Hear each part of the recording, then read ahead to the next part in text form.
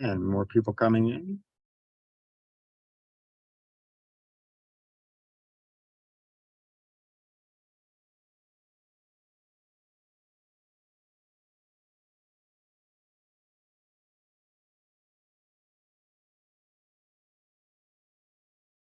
Over there. And we're at 10 o'clock, couple more minutes. Oh, one At 10:02. more minute. Getting more people.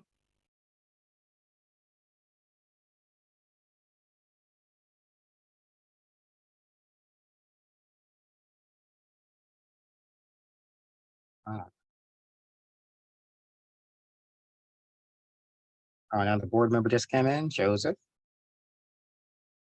Hi, Joe. Good to see Tom. I think he's been to all of them, Yes. getting his puzzle pieces.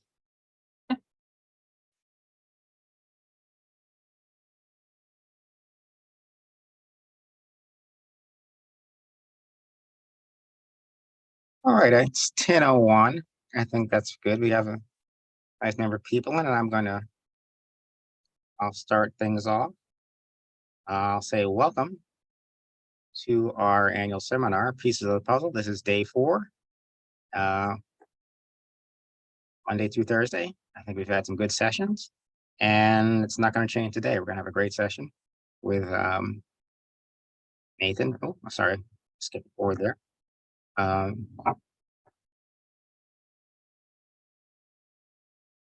From Mattern. Let's see. More people coming in. Don't forget, this is all about pieces of the puzzle and your $50 Amazon gift card chance. So later in the program, Nathan will reveal his piece of the puzzle, his color, and make sure you take that down so you'll be entered into our drawing. And we'd like to thank our sponsors. We have Active Navigation, Bayshore Records Management, and GRM, another of our sponsors. We'd like to thank them for helping us put this program on. Here is Nathan Curtis. That's our program today. Talk about ARMA in New Jersey. They're having a meeting session this afternoon. This afternoon. So it's not, interfering with ours, but there's plenty of learning to be had after our session. I've signed up for this. I think it's very interesting. You can go and join ARMA New Jersey for a very informative session. And as always, I say, hey, join ARMA Liberty Bell. Put on great programming. And I just want to say that during Nathan's presentation, you can send your questions directly to me in the chat, and I can ask them of Nathan at the end. But don't feel as though you can't interrupt. You have a question that's really pertinent to what Nathan's talking about at that moment. Just interrupt and let him know, and he'll get to your question. And I think with that, I'll turn it over, and I'm going to stop my screen share and let Nathan Curtis take over. Thank you. All right. There we go. How's that coming through? Can everyone see that? Sure can. It's great. All right. So, yeah, for today's agenda, I'll start with a brief introduction on Mattern, discuss the state of the market as it applies to records, how we all got into this mess of relying so heavily on paper and offsite record storage, why electronic storage makes more sense, how we solve the offsite storage issue, and the strategies that you really need to move away from paper storage, some of the keys to success, and then wrap up with some Q&A. But as Hutch mentioned, if there's any burning questions as I'm working through this, I actually enjoy interruptions, so I'm not just droning on for the entire presentation, so by all means, pop in. So yeah, a quick introduction to me before I get into Mattern. I've spent the last 4 years working for Mattern as a consultant to law firms. Prior to this, I worked within law firms for 21 years. And those are firms across Canada and the US, so quite a varied experience in different countries. Started up an operation in the UK in London, and really supported a multitude of service functions. Records was one of those. And little fun fact, I'm a dual Canadian American citizen and an official Mexican resident, which is where I'm streaming to you today. I'm based out of Cabo San Lucas, have been for about the past year.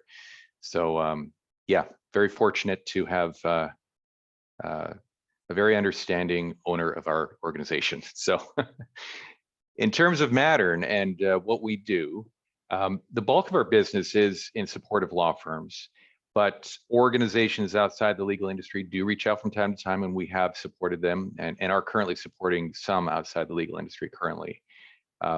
These are the three main buckets of consultative services that we do provide. Essentially, think of it as all of the support functions to the knowledge workers in whatever organization. So in a law firm, we look at all of the functions that aren't in the actual delivery of legal services. So all the support areas, whether it's outsourced labor, whether it's contracts in support of records, right? The GRM, Iron Mountain, VRC contracts. And we don't fulfill any of these services. So we're not an outsourced provider ourselves. We come in and we approach this in a three-phase process. The first phase is the analysis of the current situation, what contracts are in place, benchmarking those contracts against what we know can be achieved from a pricing and terms and conditions perspective. Also looking at the workflows that are in support of those knowledge workers. How can we streamline those? How can we bring in new technology that better supports those back and middle office functions to provide world-class support to the knowledge workers? And at the end of phase one, once we've gone through all the analysis, we come up with a list of recommendations, which may include running an RFP or many RFPs for a client. And that brings us to phase two, where we customize the RFP, we manage the entire process. Client has the decision at the end, but we distill all the information. We do all the busy work of managing that entire process, negotiating the contract. Client signs off once they agree to all the terms and conditions that we've negotiated.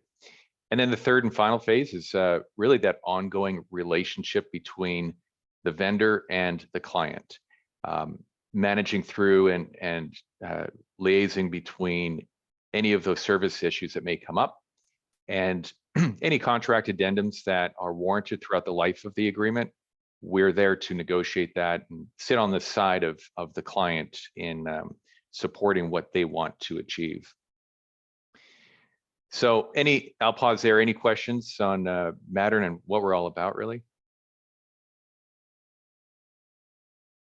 So in terms of the state of the market as it pertains to records, we're seeing, especially in law firms, we're seeing that a hybrid workforce across most of our firms, I'd say at least 3/4 or more, it's here to stay.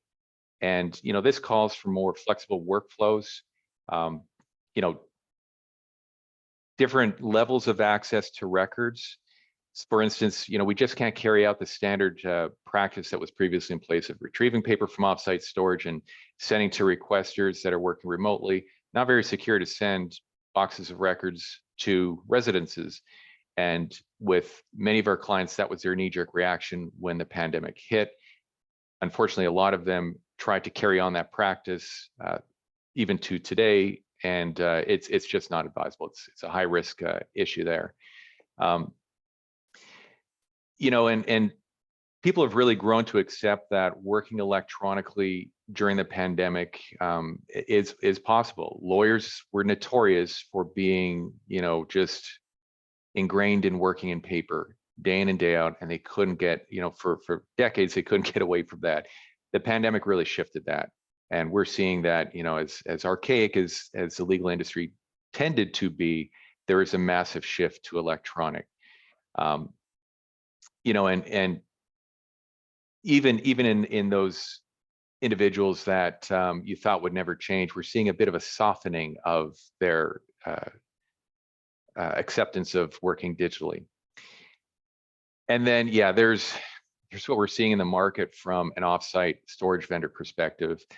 You know, these storage providers, they're seeing that less paper inventory is inbound. They're not seeing all the new inventory injected into their warehouses. They're also seeing clients across many industries start to burn down that inventory collection.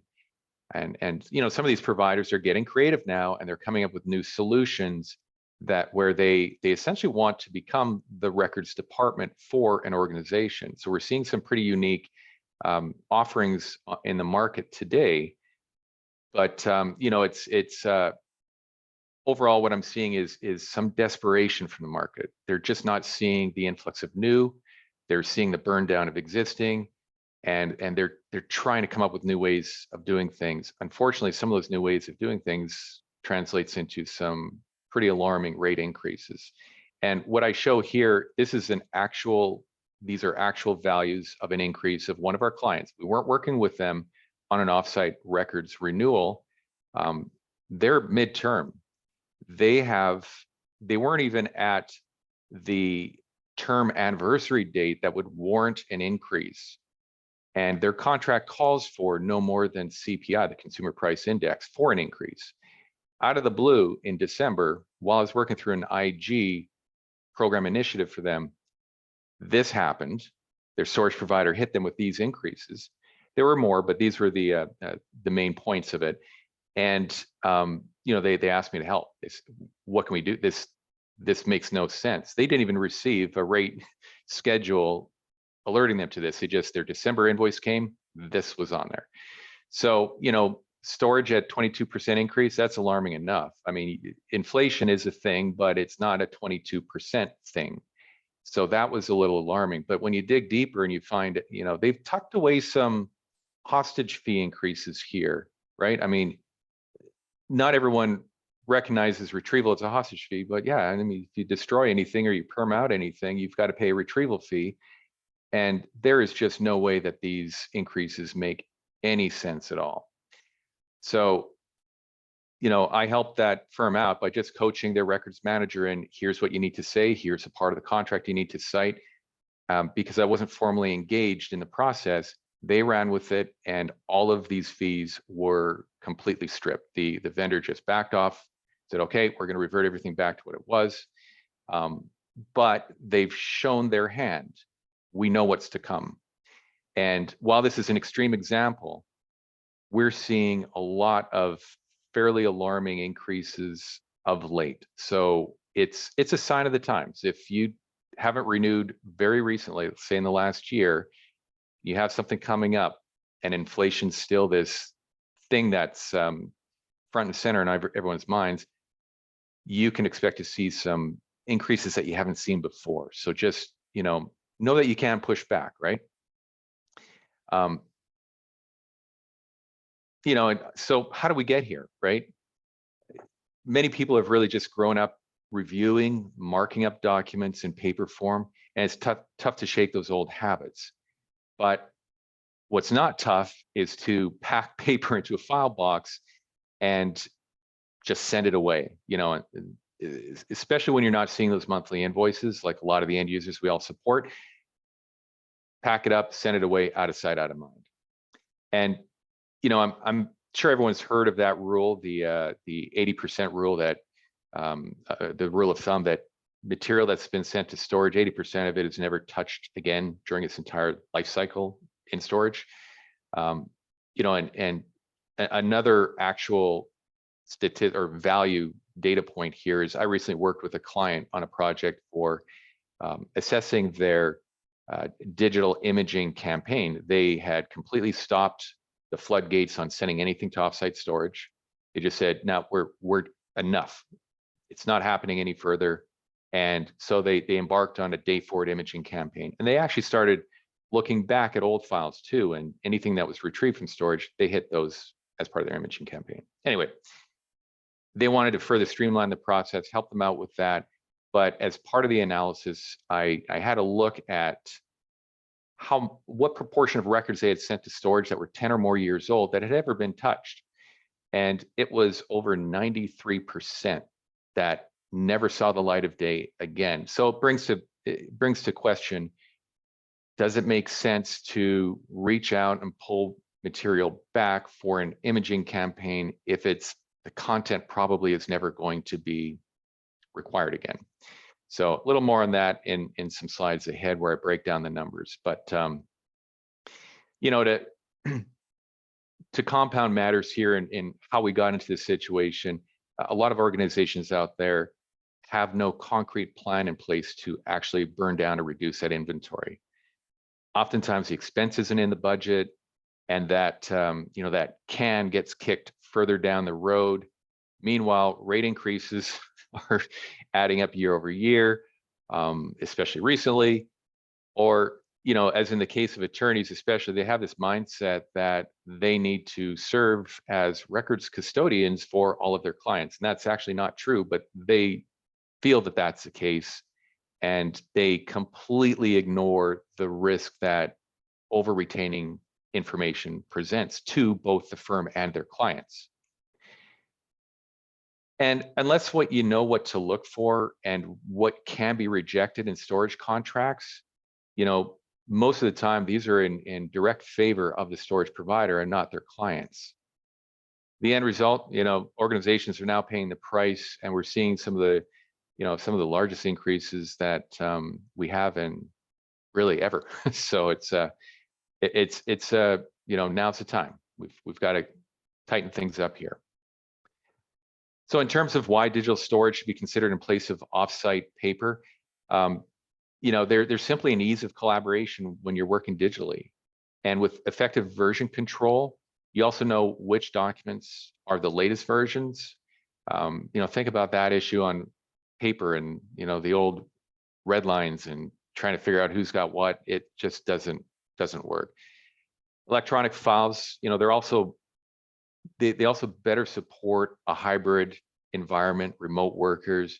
If we ever have a significant variation on COVID that comes out and lockdowns, you know, resume, think about it, we're pandemic proof if we've evolved to an electronic first mindset. And you know, and with file access at our fingertips, you know, knowledge worker productivity is increased. I included some stats here from several sources on the time it takes to locate paper files, if filed correctly versus misfiled. And then the impact of working with paper files from a cost perspective without even considering offsite storage costs. And I think people oftentimes overlook the real estate cost factor here. You know, just the file cabinets alone adds up.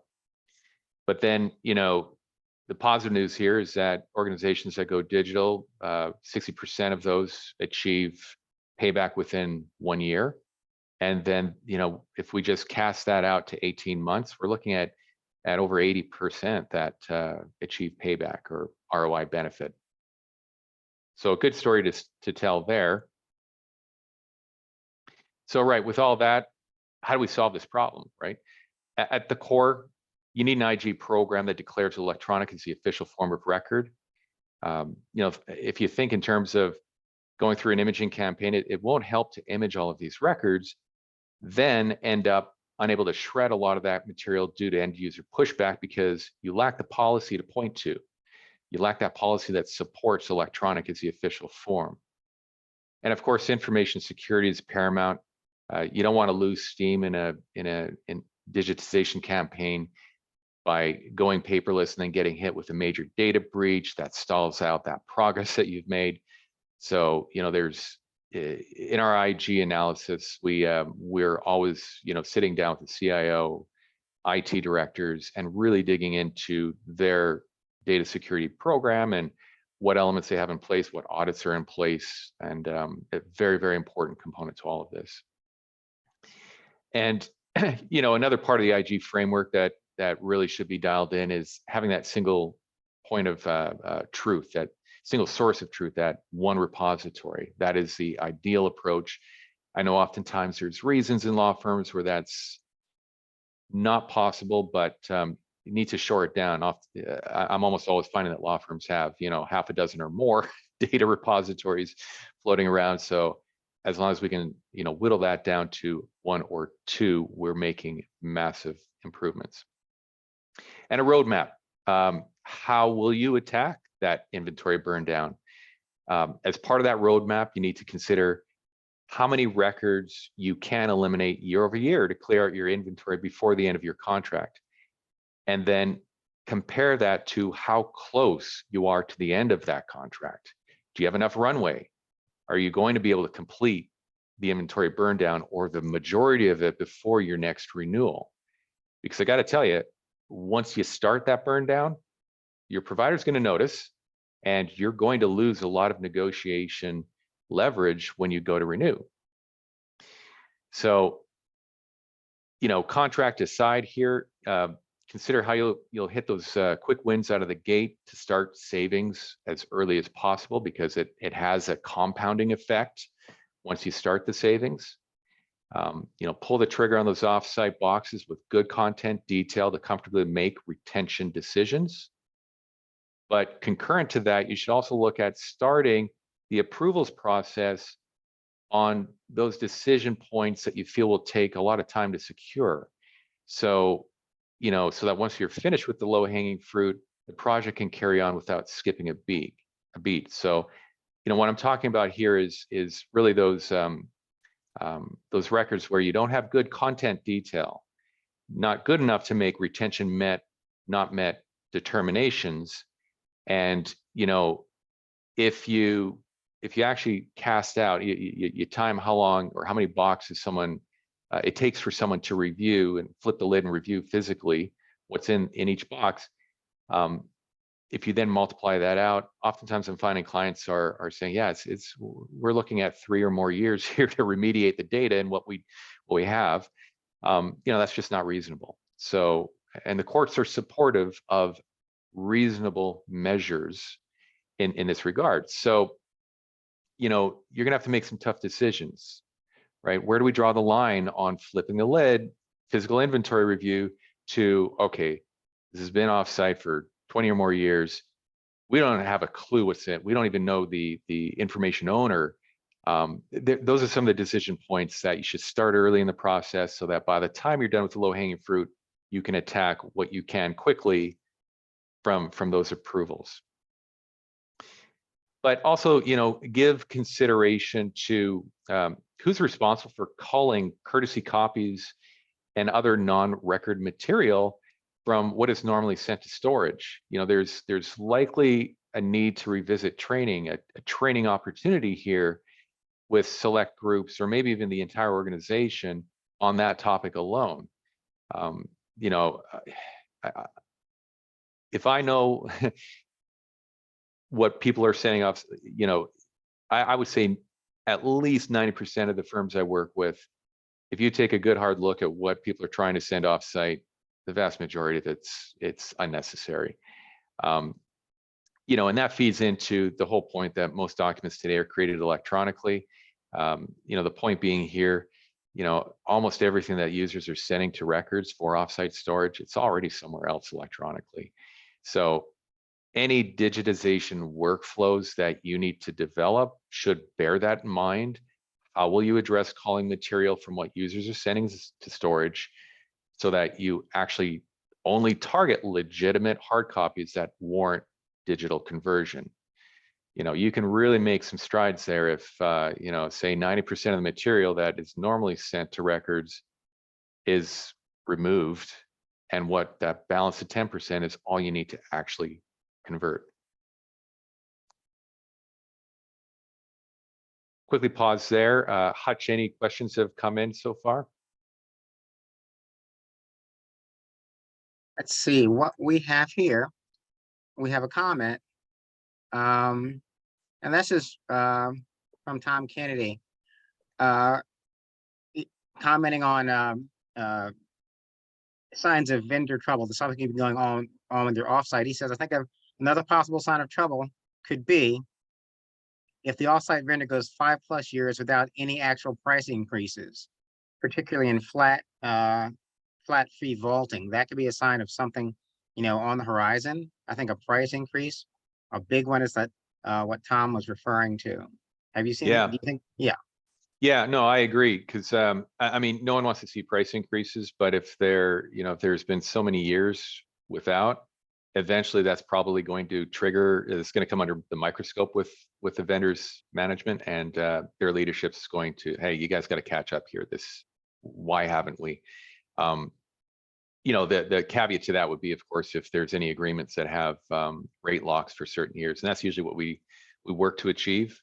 We'll agree to rates, but then lock them in for the first couple of years. And then in a longer term agreement, a lot of our clients don't like locking in for the 10-year terms, but really it's where you get your best deal. And oftentimes we're able to secure a mid-term rate freeze as well, again, for a couple of years. But yeah, a 5-year stretch, that could be a signal of a big hit down the road when it's only a matter of time before someone notices, right? And notice is big. Yeah. So in terms of formulating your digital transformation strategy, first, you got to get your IG policy and retention schedule house in order. I've listed some of the critical elements here, obviously, and I think everyone's heard this a million times. That executive sponsor, that individual that can clear obstacles, is absolutely paramount. Also, a steering committee for policy decisions, carrying out some of the action items that you need to move the needle, and determine which data repositories are sanctioned by your organization. Apply automated purge to data repositories that fall outside of this, and it just helps to foster the behavior we want. Well, no, these one or two locations, this is where you should be storing information. Everything else is subject to whatever you decide on, 90, 180 day auto purge. That's people don't like that. So they'll start moving to where information will be retained for much longer. And then, develop a change management plan to market and popularize these new IG policies. It's not uncommon for me to work with an actual marketing team within a law firm to develop a marketing campaign for IG. So they take it that seriously that, no, this is a marketing event. This is a campaign here that we need to really popularize and hammer home. So second, determine how you'll approach records digitization. The only backfile imaging I would recommend is content that you already have in storage on site, such as, if you have some basement rooms where you store some records that have closed or gone inactive. But in terms of offsite storage, I would limit any backfile conversion efforts there to anything that happens to be retrieved during the normal course of business. So, boxes are returned by, users are requesting some material. Okay, that's an opportunity. Maybe they only need 1 or 2 files out of the box. The balance can be imaged while they're doing whatever with the file. When that file returns, image that as well. Perm out the box from storage, right? So you can also handle backfile imaging as a drip event as material happens to be returned. But I wouldn't attack. You've lost a battle if you've sent records to storage. The cost to move that around and get it to someone's hands for imaging after that, it might as well just live out the rest of its life in storage. It would be more economical. You do lose a collaborative angle with everything being digitized and ease of access, but when you look at the costs, it just doesn't make sense. Day forward imaging, this is really what most organizations are aiming for. And as mentioned earlier, most content is already in electronic anyway. What's being sent to storage, the vast majority of it really should be culled. And, in the case of law firms that receive a lot of originals from clients, well, those should be returned after the use, after you've imaged them, whatever you need that original for, that should be returned. And if you've failed to do that, at least when, the file is closed, well, there's your second opportunity to get those originals back to the clients. You shouldn't be sending them to storage with the rest of your work product. And, thirdly here, you need an offsite contract that doesn't break the bank, right? I've seen a lot of these contracts and over the years, and it's clear that some clients focus on elements that are front and center, the storage rate, delivery fees. But in reality, if as we're moving more electronic now, how often are we really being hit with delivery fees? I mean, storage, yes, but delivery fees, not so much.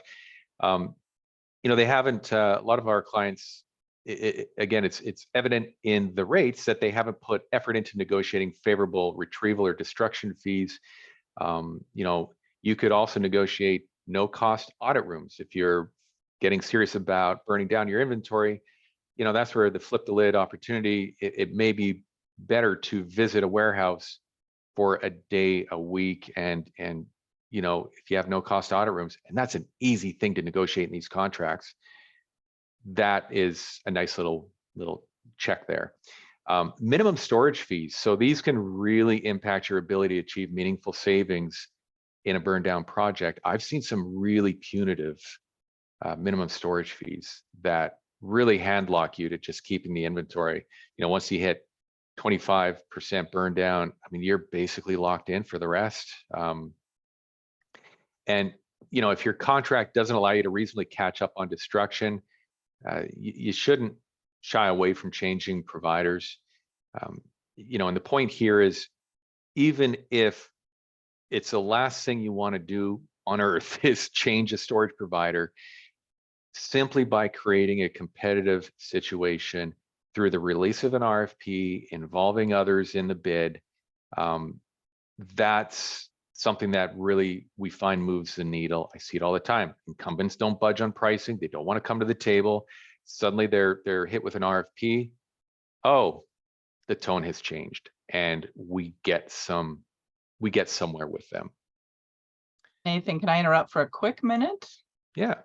I once had a record, before I became the records manager, I once had a records manager say to me, well, I could have all those boxes destroyed for you, but it's going to take us 4 years to recoup the cost of that.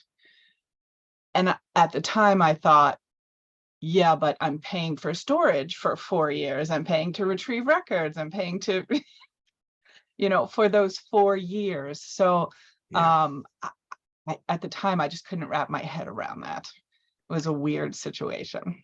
Yeah, and so, it as a standard piece in one of our engagements, we show them the ROI. We show our clients the ROI on a burn down scenario.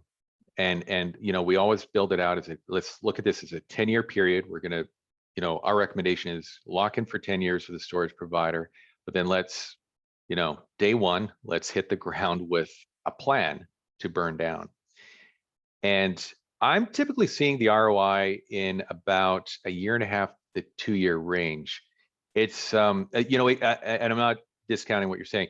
It absolutely can, if there's some, especially if there was some prior transfer and there was some hostage fees that your current provider had to pay, and that's kind of bundled into your rates going forward. Yeah, that can play out. And it's some pretty fancy footwork in these spreadsheets. I mean, it's enough.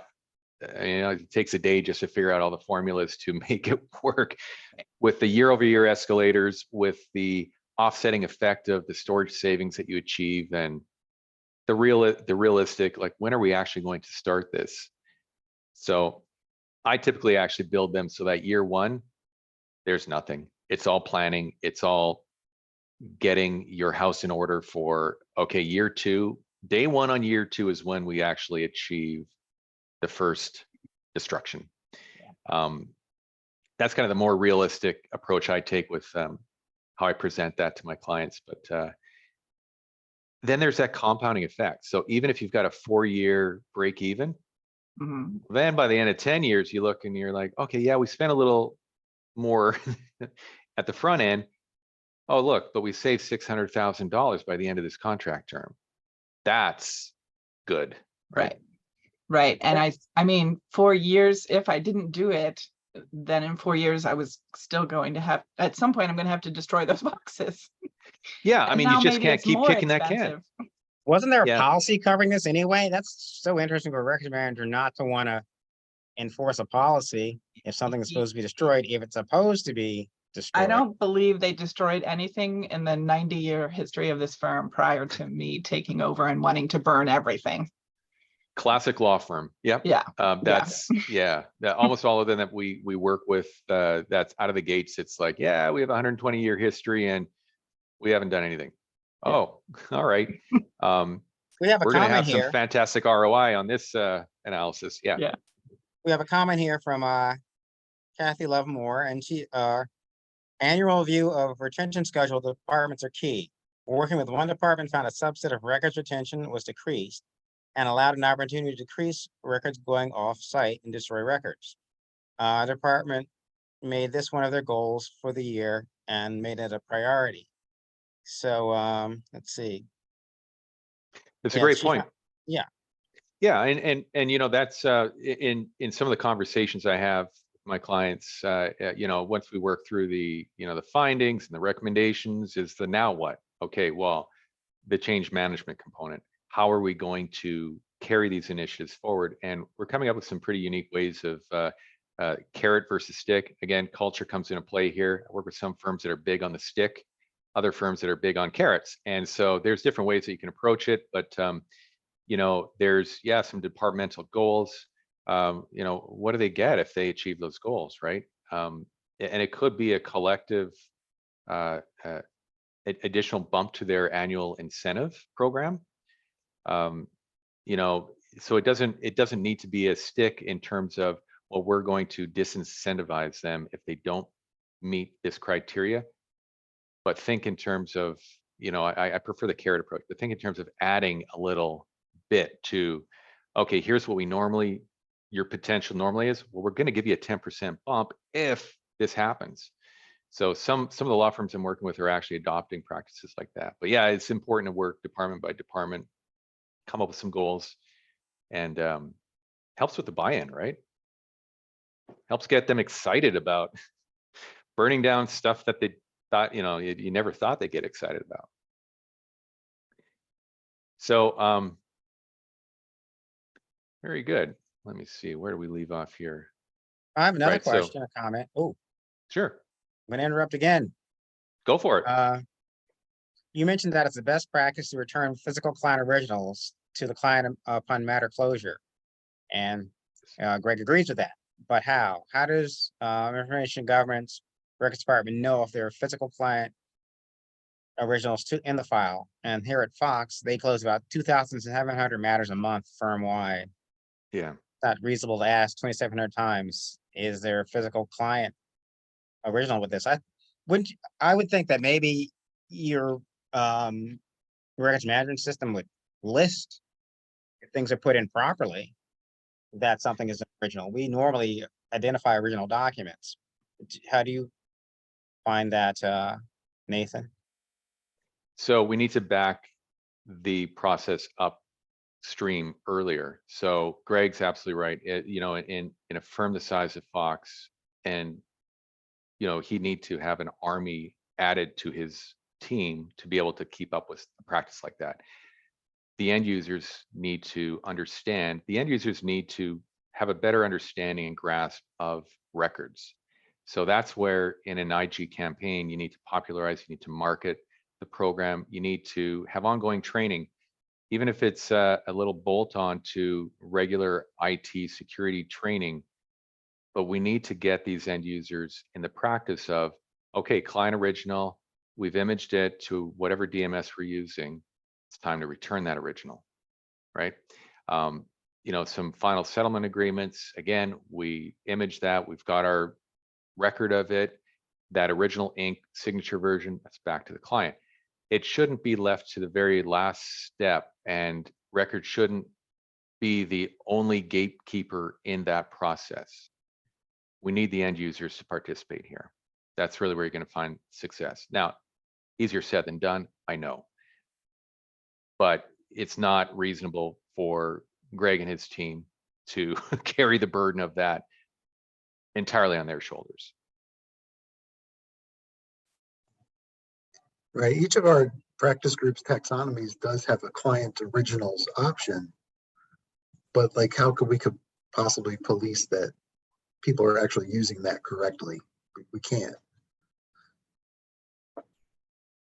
Yeah, in We smaller, could see at matter closure, okay, sort by record type. Are there any client originals? Yes, but again, like,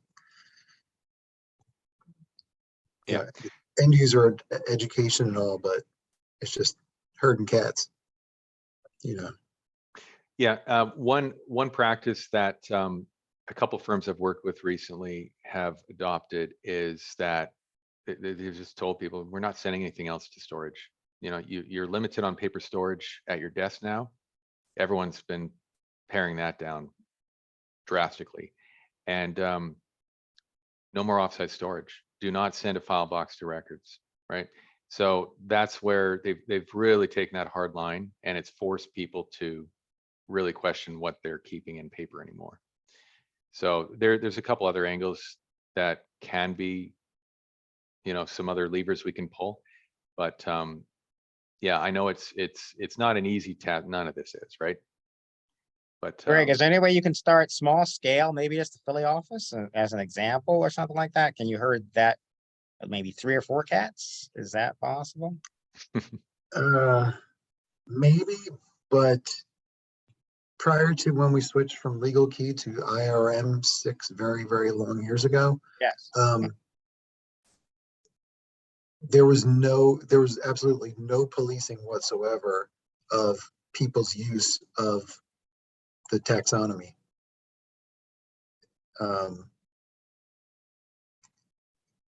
Yeah, I'd love to start small, but our data is just such a mess. The Well, data about our records is such a mess. At least, is that something going forward? It can be better at least, you know, at least that. I mean, of course, the past Yeah, is a mess, but yeah, it's gotten better. The data about our records has gotten better since we switched over to IRM. right, and it's one of those things, right? How do you climb a mountain? Well, it's you know, one foot in While front it's of the growing. other. Yeah, I mean, just you know, so as long as we're getting positive yardage, as long as we're making that needle move incrementally in the right direction. So, you know, the training takes forever. The getting people on board takes forever. But as long as we're making efforts to popularize what they should be doing, we get to a point that, okay, enough of them are following this, where they're working electronically more than they were before. Let's draw that line in the sand and say no more for offsite. That's it. We're done. Well, what about wills and trusts? Okay, yeah, those, you know, we're not a safety deposit box for our clients. Send that back to the client. And I know that's almost a 50-50 split between firms that have adopted that or moving towards that, and firms that are like, oh, we can never do it. Firms are doing, you know, they are adopting practices like that a few years ago, none of them would have agreed to. So yeah, it's chipping away, you know, bit by bit. Let's move the needle. But yeah, to dig into the whole, you know, question of what do we image, what should we just leave alone? Worked up, obviously, you know, quite a few scenarios here. You know, this really summarizes several approaches between, you know, back file versus day forward scanning, and who performs it, right? Do you leverage the storage provider? Do you perform that in-house?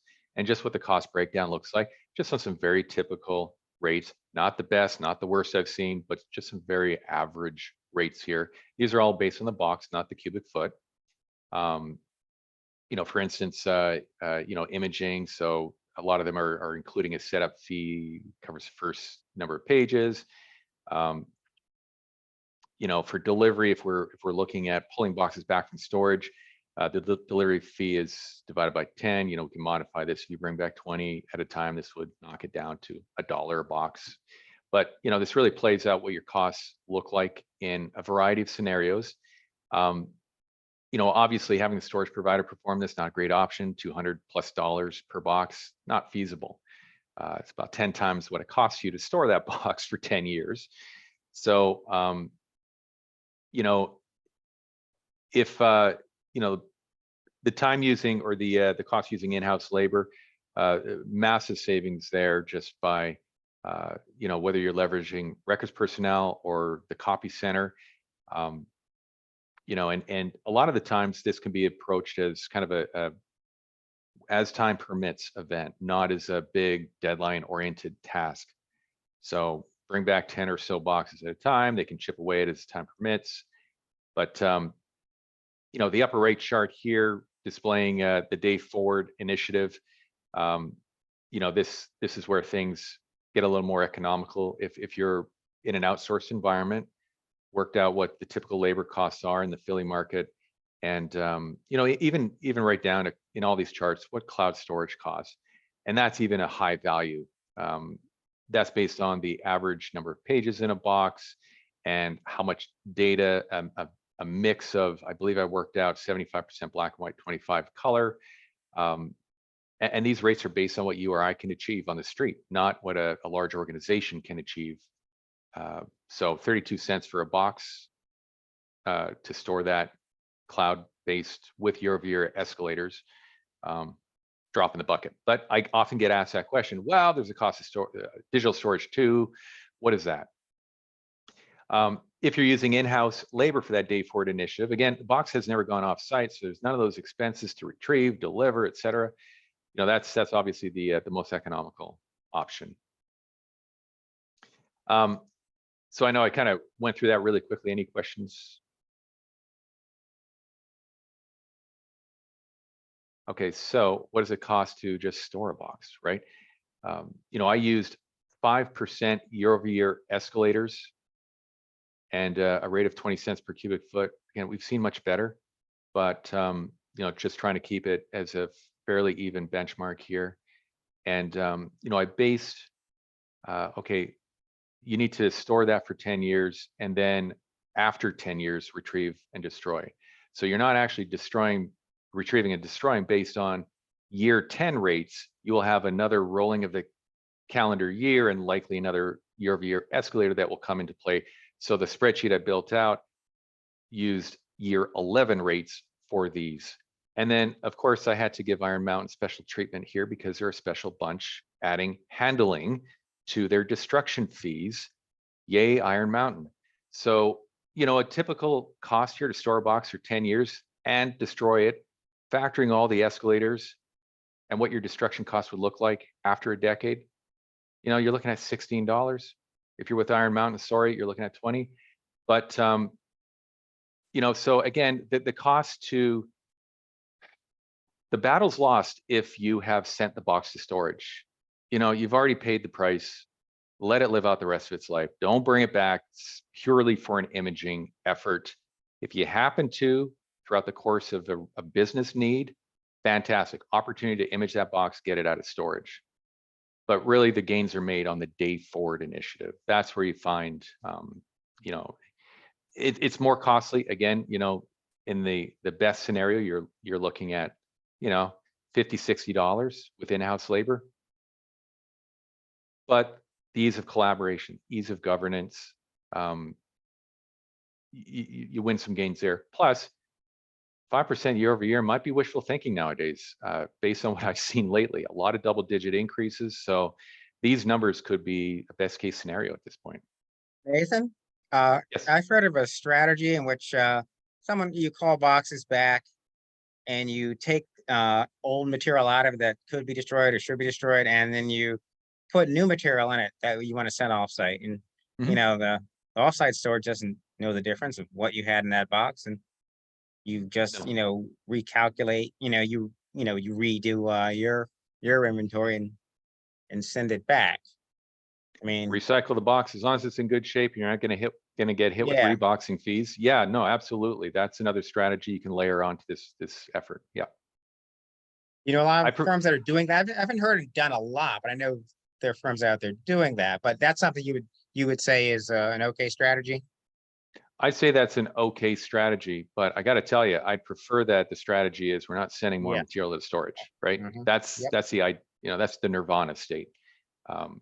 Yeah. but that's better than, perming out the box, having those expenses, then creating Yes. a new box, sending to storage, and now you've got the new inbounding fee on top of the perm out fee that you just paid for. So yeah. So this is just a glance at a kind of what a 10-year burn down looks like if you can achieve 25% inventory reduction year over year. So year one's when you get your quick wins, right? You've 25% of a lot of inventory. You're hitting all the low hanging fruit. And then every year thereafter, it's 25% burn down of a smaller bucket of materials. So you're starting to get into some more challenging. We've got to research some of this content, those kind of situations. But, I have seen firms achieve this. Even if you can achieve, a 15% year-over-year burn down, it tracks similarly to this, not quite as dramatically, but you do get an alarming, figure at the end of the road that you're almost there at that point, right? And so at point being here, even if you can't quite achieve, say, a 25% year-over-year burn down, and you only hit about 15, by year 10, you're at a point where even if, okay, the storage provider is going to hit you with a massive increase, but it's on such a small collection now, it's not going to matter that much. Carry on the effort, get that last bit addressed, and get out of storage. Right, so kind of a bit of a recap on the keys to success here. So you need to develop the process. What will be your roadmap? As mentioned earlier, once your burn down project kicks off, your service provider is going to take notice. If you're in year 8 or 9 of a 10-year agreement, as part of this roadmap, you should really consider an early renewal, lock in for another 10 years before starting that burn down project. This very likely is going to be the last opportunity you have at getting rates that you're accustomed to seeing. Starting in year 8 or 9 and sending up that signal flare that, hey, we're doing this, and then trying to negotiate a couple years later. These providers are often really open to an early renewal. So, and also address what labor is needed and the workflows involved in that digitization effort. Who's going to perform the functions? Do we need to add labor? Do we need to look at temp labor as part of the initial push? Technology is a big piece to all this as well. So, depending on the size of your organization, leveraging the MFD copiers may suffice for a digitization program. Oftentimes, though, it's not enough. There are several models of tabletop scanners on the market with what's called ultrasonic page thickness detection. And that's technology that can help, that can detect the presence of a sticky note on a page, whether a double feed occurs, and it stops immediately, warns you of that incident, and you don't lose your progress. You can, post-it note blocking some text here, let's remove that, scan that separately, and you can just carry on. So aside from the workflow of actually feeding the material through, it also dramatically streamlines the QC effort on the back end, because you gain that trust that 100% of the content has successfully fed through this device. I do not have that confidence with an MFD. They are prone to double, triple feeding sheets of paper through. So, that's a big issue there. As software, there's a lot of technology that's in the market where you can slip sheet and pre-profile to your DM the content. So then you can treat this as more of an assembly line style of let's prep the box and then just send a huge chunk of paper through that's automatically separated, profiled to wherever it needs to go. Yeah, may I interrupt for a moment again? I had some success early on with getting little scanners out to all these secretaries. So rather than in a day forward approach. So rather than them thinking, oh, the file's closed, I have to scan it. Mm-hmm. The letter comes into them today, they scan it today, put it in the document management system. Yep, make it convenient for them. Yes. And Yeah, and there's a Yeah. lot of firms that will, they almost set up secretarial pods where you'll have a shared tabletop MFD for printing and scanning, and that's so a lot of times I'm finding firms have that in place, but yeah, make it as convenient as possible, right? At my Yeah. firm, we have, I'm sorry, Go ahead, hon. every printer is MFD. Everything's multifunctional. We have several per floor. I mean, every last one. So anybody has quick access, easy access to be able to send something directly to a client matter. Mhm. Easily, they can easily create scan sheets for any part of a client matter. So we find that really, because we didn't have tabletop scanners, particularly in our real estate department, but we phased that out when we started getting the multi-functions in. Yeah. Yeah. I had problems with people not wanting to get up from their desks. So in an effort to make it as easy as possible, we got these little Mhm. scanners on all the secretarial desks. Well, we made everything and downhill paralegals. here. So everything is downhill. So Yeah. it's easy to get to them.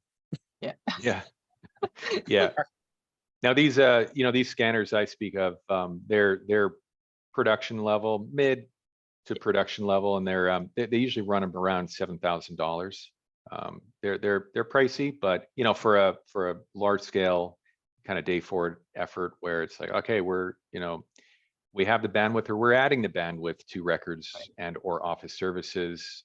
That's and if they're taking that burden of the LAAs aren't really keeping up with their end of the bargain, and you still have the boxes, as I know Greg does.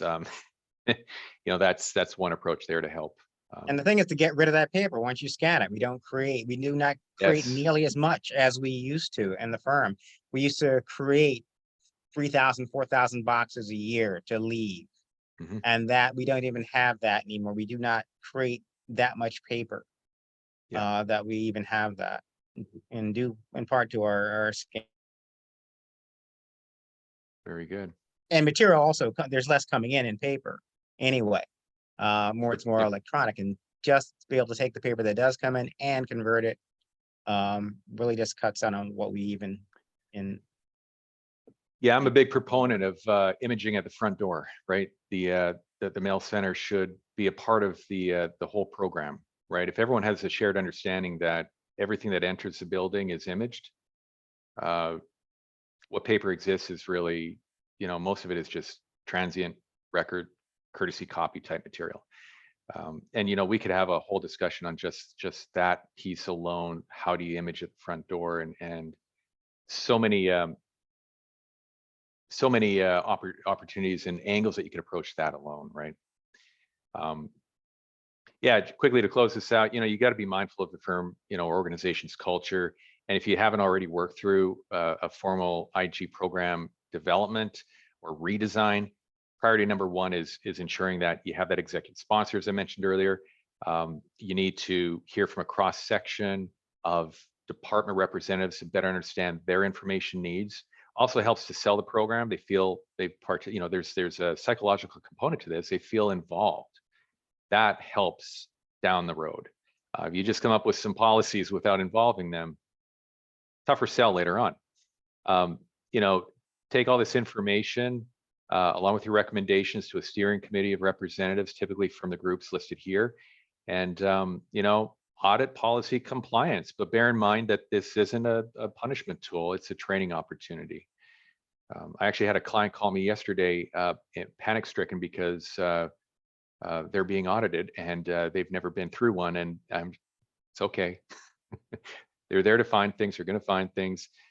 It's an opportunity to close some gaps. That's all it is. Right. So close out this presentation. Why partner with Mattern? Here's my shameless plug, and then I'll finally release a puzzle piece. Not that I've had everyone hang on, but simply put, we're unbiased in this market. We don't fulfill any of the functions that we provide services for, right? So some of our competitors out there, they provide consulting services and also want to outsource that operation. We're not into that. We also don't base our fee on savings achieved. It's a flat fee. Oftentimes the vendor is paying for our fee as part of that contract negotiation or that solution. You know, with our experience across a tremendous amount of these engagements, we've worked through over 450, you know, engagements with clients over the years. We have a tremendous amount of benchmark information on pricing, terms and conditions. We know what can be achieved market by market, size of one organization to the next. And, you know, and we serve as your trusted resource throughout the entire process, from analysis and recommendations to RFP development, management, contract negotiations, to implementation. Even if it's an inventory transfer, managing that ongoing relationship, keeping the service providers in check to perform what they say they were going to perform in their contract. And you know, we have leverage that's tough to achieve on your own, because you know, if we're working with you know, these providers on a dozen or more deals a year. We're 12 or more times the size, essentially, as an individual organization approaching them with an RFP. So that's really all I have, aside from I'm the yellow puzzle piece for this for today's session. So yeah, right at top of the hour. Yeah, Final questions, comments? let's see. We don't have any questions in our chat. Because we kept interrupting you. Yeah, we couldn't keep our mouths shut. But that's a good thing. All So good. I- No, I like the exchange. And look, I know a lot of this is kind of that you know, perfect world scenario, but the point being, you got to start chipping away at some point and moving the needle.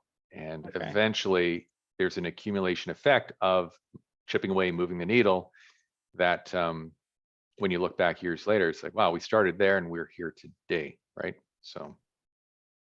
All right. Perfect. Well, Nathan, thank you very much, and thank Mattern. It was, well, this is, I guess, the last day of our seminar, and I'd like to thank everybody who participated. I'm gonna go back to my screen here. Once again, I'm gonna go back to Greg, Nathan. did you have a question, or are you clapping? Just clapping. We'll take Okay, claps good. also. Claps are good. Thanks, Greg. You bet. But once again, we'd like to thank Nathan. That was fantastic. Some good strategies there. Like I say, at my firm, I actually don't have any offsite storage. Maybe I'll do one of these. That's because you just bought a whole building. Oh, leave me alone. That's my secret, you know. But yeah, we got rid of our 42,000 boxes over a course of about 8 years. So that was it is possible. And so once again, I'd like to say that ARMA, New Jersey, later today, 1 p.m. If you can, you know, register for that, that'd be fantastic. A lot of information there. I would like, and also, hey, join ARMA Liberty Bell if you're not a member. Ooh, let's see, is there a chat? Oh, somebody says thank you. Great. And you'll be And- hearing from us about the Amazon gift cards. Exactly. Susan will be in contact with you about our winner. So 3 winners. 3 winners. Sorry, our 3 3 winners. winners. And I know I think there were a few bugs with our format, but if we try this again next year, don't worry, everything will be ironed out. We thought it was better to have everything over 4 days and have everybody sit in front of a computer for 1 day looking at a screen for 5 hours. So we might try that again next year. But hey, let us know. And I guess that's the conclusion. I'd like to thank all of our speakers and all of you for attending. And Thank so, you, Nathan, for your time today. oh, definitely pleasure. thank you. And don't forget your puzzle pieces, and we really appreciate it. So with that, I think we're going to end things. All right. Thank you. Take care. Thank you all very much.